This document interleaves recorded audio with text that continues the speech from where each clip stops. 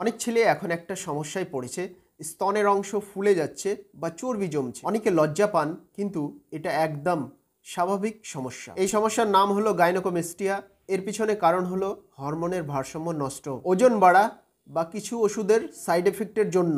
এই সমস্যার হোমিওপ্যাথিতে আছে নিরাপদ কার্যকর ওষুধ, যা শরীরের ভেতর থেকে সমস্যাকে দূর করতে সাহায্য করে।